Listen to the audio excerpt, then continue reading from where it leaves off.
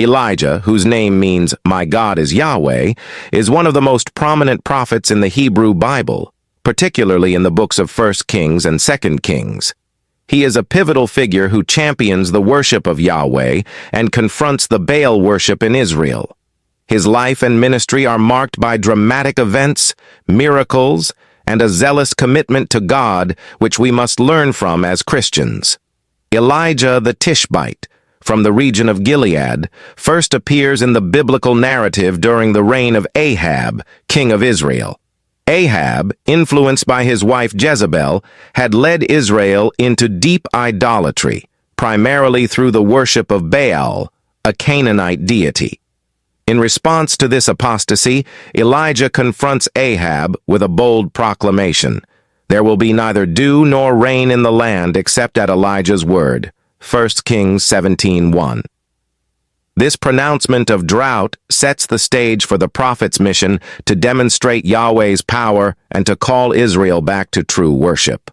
Following his declaration, Elijah is directed by God to hide by the brook Cherith, where he is miraculously sustained by ravens bringing him bread and meat. When the brook dries up due to the drought, God sends Elijah to the town of Zarephath in Sidon. There he encounters a widow gathering sticks. Elijah requests water and a morsel of bread, but the widow, facing starvation, hesitates, revealing she has only a handful of flour and a little oil. Elijah assures her that her supplies will not run out until the drought ends. The miracle occurs as promised, and Elijah, the widow, and her son are provided for throughout the famine. Elijah performs another miracle when the widow's son falls ill and dies. Elijah prays over the boy, stretching himself upon the child 3 times, and God restores the child's life. This act solidifies Elijah's reputation as a man of God and underscores Yahweh's supremacy over life and death.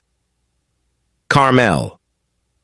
In the 3rd year of the drought, God commands Elijah to present himself to Ahab, promising rain will soon come.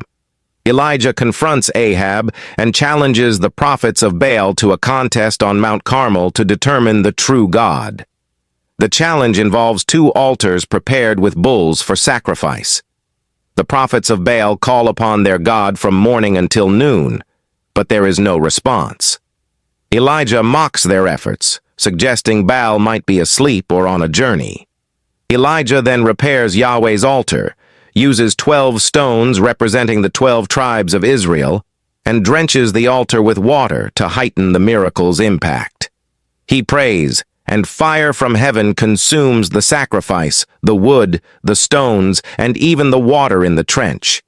The people fall prostrate, declaring, "The Lord, He is God." Elijah then orders the execution of the 450 prophets of Baal.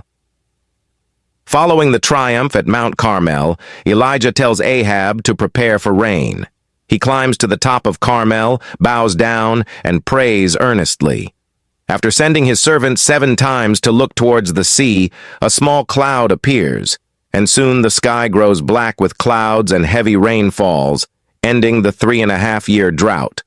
Despite his victory, Elijah soon faces Jezebel's wrath as she vows to kill him. Fleeing for his life, Elijah travels to Beersheba and then into the wilderness. Exhausted and despondent, he prays for death, but an angel provides him with food and water. Strengthened, he journeys for 40 days and nights to Mount Horeb, Sinai, where he encounters God. In a dramatic sequence, Elijah experiences a powerful wind, an earthquake, and a fire. But God is not in these. Instead, God speaks in a gentle whisper, instructing Elijah to return to his mission and anoint new leaders for Israel and Aram, as well as his own successor, Elisha. 1 Kings 19, 1-18. Elijah finds Elisha, who is plowing a field, and throws his mantle over him, signifying the transfer of prophetic authority. Elisha leaves his work to follow and serve Elijah. Elijah's next significant act involves confronting Ahab over the murder of Naboth.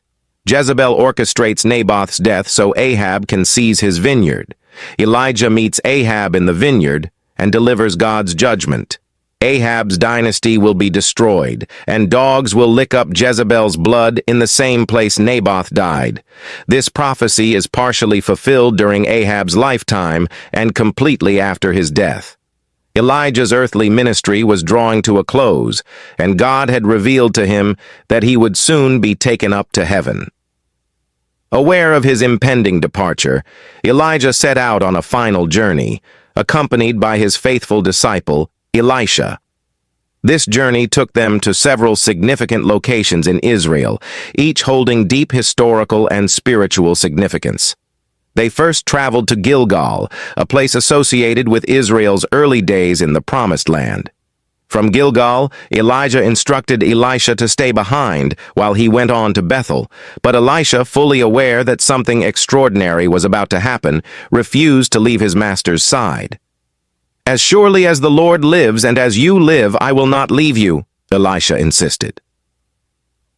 At Bethel, the company of prophets there informed Elisha that God was going to take Elijah away that day. Elisha acknowledged that he knew, but asked them to remain silent about it.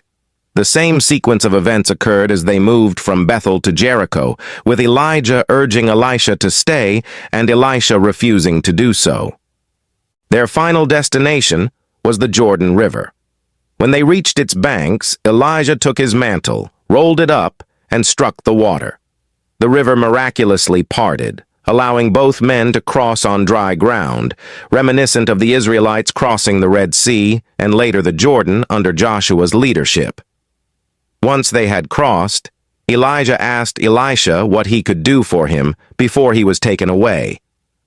Elisha boldly requested a double portion of Elijah's spirit, signifying his desire not just to succeed Elijah, but to carry on his mission with even greater power and effectiveness.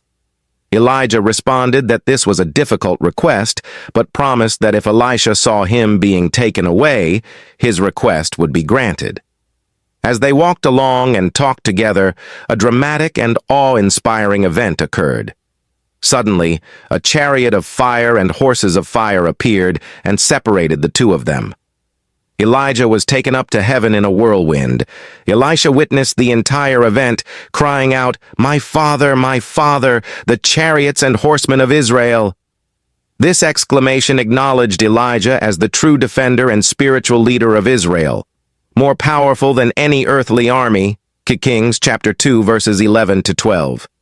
Elisha was left standing alone, but he now held Elijah's mantle, a symbol of prophetic authority. He returned to the Jordan River and struck the water with the mantle, calling out, "Where now is the Lord, the God of Elijah?" The river parted once more, confirming that Elisha had indeed inherited Elijah's spirit and power. This miracle assured Elisha that God was with him just as he had been with Elijah. Elijah's ascension was not just a dramatic end to his earthly ministry, but a powerful affirmation of his life's work and his close relationship with God. It also served to validate Elisha's prophetic ministry in the eyes of the people and the prophetic communities in Israel. The event left a lasting impression on those who witnessed and heard about it, further establishing Elijah as one of the greatest prophets in Israel's history. Elijah's legacy continued to resonate through the centuries. His life was marked by his unwavering commitment to God and his fearless confrontation of idolatry and injustice. Elijah's ascension also prefigured the New Testament accounts of Jesus' ascension, symbolizing victory over death and the promise of eternal life. Elijah's story does not end with his ascension. In Jewish tradition, he is expected to return before the coming of the Messiah, as prophesied in Malachi 4 verses 5 to 6. This expectation has kept Elijah's memory alive, especially during the Passover Seder, where a cup of wine is set aside for him and the door is opened in hopes that Elijah will visit. In Christian tradition, Elijah's appearance with Moses during the transfiguration of Jesus on Mount Tabor, Matthew 17 verses 1 to 13, signifies the continuity of the Old and New Covenants, with Jesus as the fulfillment of the law and the prophets. Elijah's unwavering faith in God and his immediate obedience to God's commands are central themes throughout his story. Whether confronting King Ahab, declaring a drought, or relying on God's provision at the brook Cherith and in Zarephath, Elijah demonstrates a profound trust in God's word and timing. Christians can learn the importance of having a strong faith and promptly obeying God's directives even when the path is challenging or unclear. Elijah's life underscores the power of fervent and persistent prayer. His prayers for the drought, the widow's son, and the rain after the contest on Mount Carmel all show the effectiveness of a righteous person's prayers. James 5:16-18 highlights this by referencing Elijah, encouraging Christians to pray earnestly and expectantly. Elijah's confrontation with the prophets of Baal on Mount Carmel is a powerful lesson about the dangers of idolatry and the importance of standing firm in the worship of the one true God. Christians are reminded to guard against modern forms of idolatry, anything that takes the place of God in their lives, and to be bold in their witness for Christ. Elijah's experiences illustrate God's faithfulness in providing for his servants. From being fed by ravens to the endless supply of flour and oil for the widow, God meets Elijah's needs in miraculous ways. This encourages Christians to trust in God's provision, especially in times of scarcity or uncertainty.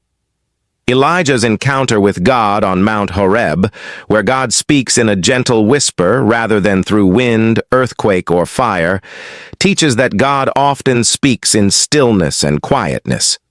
Christians are encouraged to seek God's presence in solitude and silence, understanding that He may reveal Himself in unexpected ways. The relationship between Elijah and Elisha highlights the importance of mentorship and preparing the next generation for ministry. Elijah's investment in Elisha ensures that his prophetic mission continues. Christians are encouraged to mentor others and to pass on their faith and knowledge to future generations. Elijah's story, including his ascension to heaven, is filled with hope and expectation of God's continued work among His people. Elijah's expected return before the Messiah fosters a sense of anticipation. Christians are reminded of the hope of Christ's return and the establishment of God's kingdom, encouraging them to live in readiness and expectation. Elijah faced significant challenges, including threats to his life and moments of deep discouragement. However, he persevered, sustained by God's presence and encouragement. This teaches Christians to remain steadfast in their faith, even in the face of adversity, trusting that God will sustain and strengthen them. The schools of prophets at Bethel and Jericho and the support Elijah receives from Elisha show the value of community and fellowship among believers. Christians are reminded to build strong, supportive communities where faith can be nurtured and sustained. Elijah's story offers profound lessons on faith, prayer, obedience, reliance on God's provision, the importance of mentorship, and the power of community. These lessons inspire Christians to deepen their relationship with God, stand firm in their faith, and live with the hope and expectation of God's ongoing work in the world. In conclusion, Elijah's ascension in a chariot of fire symbolizes not just the end of a prophetic ministry, but the transition of God's power and presence to the next generation. It is a powerful reminder of God's sovereignty, the continuity of His work through His chosen servants, and the hope of divine intervention in the lives of the faithful. Elijah's life and dramatic departure to heaven continue to inspire and challenge believers to live with the same fervor and commitment to God. Thank you for watching.